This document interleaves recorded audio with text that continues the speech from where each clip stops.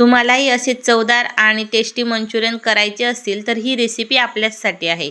कारण बाहेरचे जे मंचुरियन असतात त्याच्यामध्ये बऱ्याचदा टेस्टिंग पावडर, अजिनोमोटो वापरलं जातं, जे आपल्या आरोग्यासाठी अजिबात चांगलं नसतं. चला तर मग बनवूया आपण रेसिपी ही मंचुरियनची, जी आपल्या मुलांनाही आवडेल आणि मोठ्यांनाही आवडेल. करायलाही अगदी सोपी आहे आणि खायलाही तर अगदीच चविष्ट. तर चला मग सुरुवात करूया मोजक्याच साहित्यात होणारी रेसिपी. त्यासाठी आपल्याला घ्यायचे आहेत 2 मोठ्या आकाराचे गड्डे. हे गड्डे व्यवस्थित स्वच्छ धुवून घ्यायचे आहेत. त्याचे पानं काढून घ्यायचे आहेत. बऱ्याचदा बारीक अळई वगैरे मध्ये असते, त्यामुळे स्वच्छ धुवून घ्यायचं आहे आणि किसणीने असा बारीक किसून घ्यायचा आहे. त्यानंतर त्याच्यामध्ये मीठ टाकायचं आहे. मीठ टाकल्यामुळे कोबीतलं पाणी व्यवस्थित असं निघून जातं आणि आपला कोबी हा छान असा कोरडा होतो. हाताने मीठ टाकल्यानंतर हाताने व्यवस्थित असं चोळून घ्यायचं आहे त्या कोबीला, म्हणजे पूर्ण पाणी निघायला मदत होईल. बरेच जण काय करतात की आपण कापडामध्येही बांधू शकतो, कारण कापडामध्ये बांधल्यानंतरही पाणी निघतं. पण अगदी सोपी पद्धत जर म्हणाल तर असे गोळे हातामध्ये घ्यायचे आणि जोरात प्रेस करून पाणी काढून घ्यायचं. अशा पद्धतीनेही बऱ्याच वेळा छानपैकी आपला कोबी कोरडा होतो. तर असा सगळ्या कोबीचं आपण पाणी काढून घ्यायचं आहे, म्हणजे आपला कोबी एकदम कोरडा होईल आणि मंचुरियन आपण तळू ना त्यावेळेस ते असं पातळ होणार नाही. जेवढं आपल्याला जोर लावून दाबता येईल तेवढं आपण याच्यातलं पाणी पूर्ण काढून घ्यायचं आहे. कोबीला एक स्वतःचा असा एक उग्र वास असतो. मीठ टाकल्यामुळे आणि असं व्यवस्थित दाबून घेतल्यामुळे तो उग्र वास निघून जातो. तर अशा पद्धतीने पूर्ण दाबून पाणी काढून घ्यायचं आहे. हे मंचुरियन इतके क्रिस्पी होतात की तुम्ही कुठलीही ग्रेव्ही न करता असेही कुरकुरीत खाऊ शकतात. कारण आपण ते कोबी पण बारीक किसून घेतलेलं आहे आणि त्याच्यातलं पाणीही सर्व काढून घेतलं आहे. त्यामुळे ते कुरकुरीत येतात. छान असा कोरडा असा मंचुरियन कोबी आपला तयार झालेला आहे. या कोबी आता मंचुरियन तयार करण्यासाठी रेडी आहे. तर आता आपल्याला त्याच्यात टाकायचे आहेत थोडे काही मसाले आणि थोडे सॉस. यामध्ये मी घेतली हिरवी मिरची, लसूण आणि अद्रक, जिरं मिक्सरच्या भांड्यात वाटून घेतलं आहे बारीक आणि त्याची ही जी पेस्ट आहे ती टाकलेली आहे. कुठेही पाणी सुटलेलं नाही आपल्या याला. असं जाडं भरडं दळायचं आहे, खूप बारीक दळायची नाही पेस्ट. बारीक दळली तर त्या पाणी सुटतं. थोडं असं जाडसरच ठेवायचं आहे. याच्याने खूप छान टेस्ट आपल्या मंचुरियनला येते.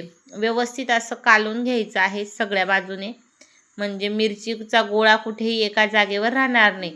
या पद्धतीने जोरात आपण असं दाबायचं नाही कोबी, हलक्या हाताने छान असं पसरवून लावून घ्यायचं आहे.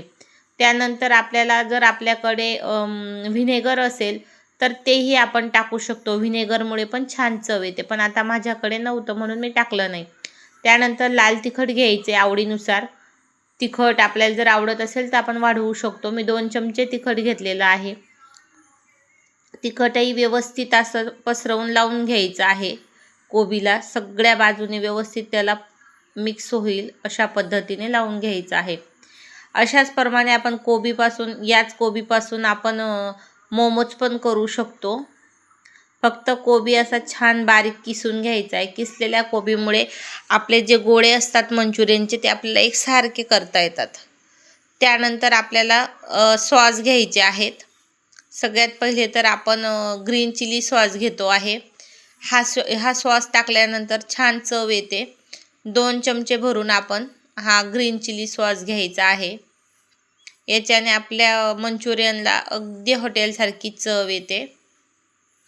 त्यानंतर आपल्याला सोया सॉस घ्यायचा आहे. सोया सॉस हा 1च चम्मच घ्यायचा आहे. डार्क असेल तर थोडा कमी करू शकतात. तोही व्यवस्थित टाकून घ्यायचा आहे. व्हिनेगर असेल तर व्हिनेगरही टाकू शकतो. त्यानंतर आपली जी मंचुरियन पावडर येते, जी आपण सूप बनवतो त्याच्यासाठी एक मंचुरियन पावडरची पुडी येते, त्या पुडीतला मसालाही या मंचुरियनमध्ये टाकून घ्यायचा आहे. थोडा 2-3 चम्मच पण टाकू शकतो आपण आपल्या आवडीनुसार. याची खूप छान चव येते मंचुरियनला. त्यामुळेच आपण ही मंचुरियन असे सुकेही खाऊ शकतो. मुलांना तसेही आवडतात.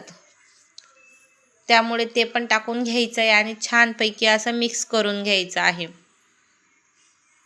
बरेच जण यात गाजर किसून टाकतात किंवा बारीक चिरलेला कांदा टाकतात, पण नुसते सिंपल कोबीचे जर केले ना ते अतिशय कुरकुरीत होतात. कारण बऱ्याच जणांना गाजरचा गोडवा आवडत नाही, ते वेगळे करू शकतो. पण हे नुसते असे सिंपल जर कोबीचे केले ना हे खूपच छान लागतात, मुलांनाही आवडतात. त्यामुळे हे असं छान मिक्स करून घ्यायचं आहे. खूप छान रंग आला आहे आपल्या कोबीला. व्यवस्थित केल्यानंतर आपल्याला मैदा घ्यायचा आहे. मैदा पण आपल्या 1 वाटी टाकला आहे. त्यानंतर कॉर्नफ्लोअर पण घ्यायचं आहे, ते पण टाकून घ्यायचं आहे. आपल्या जसं गरज लागेल, जसं कोरडं होईल ना त्या प्रमाणे टाकायचं आहे. मैदा आणि कॉर्नफ्लोअर एकाच वेळेस टाकून घ्यायचं नाही आहे. आणि या पद्धतीने कुठलाही जोर लावून गोळा नाही करायचा, हलक्या हाताने सगळं मिक्स करायचं आहे. कारण कॉर्नफ्लोअरलाही पाणी सुटतं जेवढं आपण जोरात प्रेस करून हे केलं तर, मळलं तर. त्यामुळे व्यवस्थित असं हाताने फक्त जमा करायचा आहे गोळा आणि तो मिक्स करायचा आहे. जर गरज वाटली तर पुन्हा आपण मैदा आणि कॉर्नफ्लोअर याच्यामध्ये मिक्स करू शकतो. कॉर्नफ्लोअरमुळे कुरकुरीतपणा येतो, तर मैद्यामुळे आपल्याला बाइंडिंग मिळते. म्हणजे हा जो गोळा आहे तो आपला तेलात तळताना कुठेही तेलामध्ये विरघळत नाही. त्यामुळे बऱ्यापैकी मिक्स करून घ्यायचं आहे. तोपर्यंत कढईमध्ये तेल मीडियम गॅसवर ठेवून द्यायचं आहे तापायला. या पद्धतीने आपले गोळे झाले पाहिजे. आपल्या इकडे तेल पण तापलेलं आहे. थोडासा गोळा टाकून बघायचा आहे. जास्त कडक तेल नाही पाहिजे, कारण वरूनच मग मंचुरियन आपले जळतात आणि मध्ये कच्चे राहतात. त्यामुळे कमी गॅसवरच हे मंचुरियन टाकायचे आहेत. मी अगदी ओबडधोबडच टाकते. जेवढे आपण गोल गरगरीत करतो त्याचा क्रिस्पीनेस कमी असतो. तुम्ही असे आपण ज्याप्रमाणे भज्या करतो त्या पद्धतीने छोटे छोटे गोळे टाकायचे आहेत आणि व्यवस्थित असे तळून घ्यायचे आहेत. हे बघा किती छान तळलेत. असे मस्त मीडियम टू म्हणजे कमीच गॅस राहू द्यायचा. जर आपली कढई जाडबुडाची असेल तर थोडासा मीडियम, नाहीतर अशी लोखंडाची कढई असेल तर एकदम कमी गॅसवर तळू द्यायचे आहेत. या पद्धतीने असा गोल जर केला तर तो एवढा क्रिस्पी होत नाही. त्यामुळे ना असे या पद्धतीने ओबडधोबड ज्याप्रमाणे आपण भजे तळतो त्याप्रमाणे असे हे सगळे मंचुरियन बॉल आपण तळून घ्यायचे आहेत. खूप मोठ्या आकारातही घ्यायचे नाही आहेत, कारण जास्त मोठा गोळा जर घेतला तर तो मध्ये कच्चा राहतो. त्यामुळे असेच छोटे छोटे मी सगळे गोळे करून तळून घेतलेत. खूप छान कुरकुरीत झालेले आहेत. मी व्हॉइस ओव्हर केला आहे त्यामुळे तुम्हाला आवाज येत नसेल, पण खूप छान. मुलांनी तर अर्धे असेच फस्त केले. त्यानंतर मी कढईत थोडंसं तेल टाकून असा जाडसर कांदा चिरून घेतला आहे, तो टाकला. त्याच्यानंतर शिमला मिरची आणि लसणाचे तुकडे पण टाकले होते, ते मी नंतर टाकले कारण मी विसरली होती. तर लसणाचे बारीक तुकडे, किसलेला अद्रक तेही टाकू शकतो, पण माझ्या मुलांना अद्रक जास्त आवडत नाही फोडणीमध्ये, म्हणून मी नाही टाकलं. त्याच्यानंतर चमचाभर सोया सॉस टाकून घ्यायचं आहे. जर आपल्याला गोड पण आवडत असेल टोमॅटो सॉसही टाकू शकतात. त्याच्यानंतर ग्रीन चिली सॉस टाकला आहे, लाल तिखट. छान असं परतवून घ्यायचं आहे. यावेळेस गॅस आपला फुल ठेवायचा आहे. ह्या भाज्या आपल्याला शिजवायच्या नाही आहेत, फक्त अशा भाजायच्या आहेत. त्यानंतर पाणी टाकून घेतलेलं आहे. उकळी आली की ते हलवत राहायचं आहे. त्यानंतर आपण जी पावडर होती मंचुरियन पावडर, ती छानपैकी सगळी या पाण्यामध्ये टाकून घ्यायची.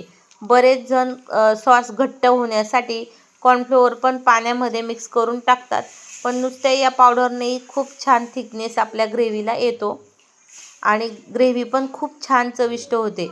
हे सूप आपण असंही पिऊ शकतो. त्यामुळे या सूपला छान उकळी येऊ द्यायची आहे, पण सतत ढवळत राहायचं आहे, नाही तर एकाच जागेवर गोळ्या तयार होतात. त्यामुळे ढवळत राहायचं आहे. उकळी आल्यानंतर आपले मंचुरियनचे जे बॉल आहेत ते सगळे याच्यात सोडून घ्यायचे आहेत.